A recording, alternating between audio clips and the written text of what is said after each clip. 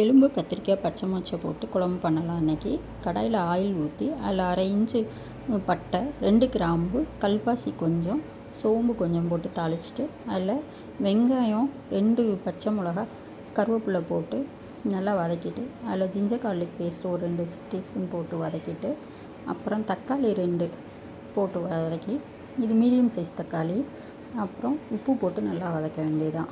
வதக்கிட்டு அடுத்து கத்திரிக்காய் ஒரு 3 கத்திரிக்காய் போட்டு அதையும் வதக்கிட்டு, நான் ஏற்கனவே குழம்பு பொடி அரைச்சது போட்டிருக்கேன். அந்த பொடி தான் இப்போ போடுறேன். அது ஒரு 5 ஸ்பூன் போட்டிருக்கேன். அடுத்து தண்ணி ஊற்றி கொதிக்க விடலாம். அதுக்கப்புறமா நான் எலும்பு ஏற்கனவே வேக வச்சுருக்கேன். உப்பு, மஞ்சள் தூள், ஜீரகம், மிளகு போட்டு வேக வச்சுருக்கேன். அதை அப்படியே போட்டுடலாம். அப்புறம் பச்சை மொச்சை பயிரையும் கொஞ்சம் உப்பு போட்டு வேக வச்சுருக்கேன். அதையும் போட்டுடலாம்.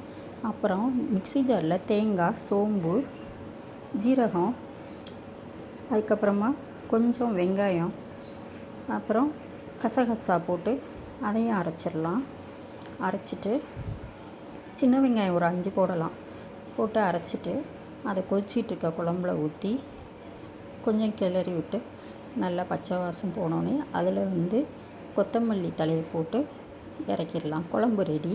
சூடான சாதத்தில் குழம்பை ஊற்றி சாப்பிட்லாம். ரொம்ப நல்லாயிருக்கும்.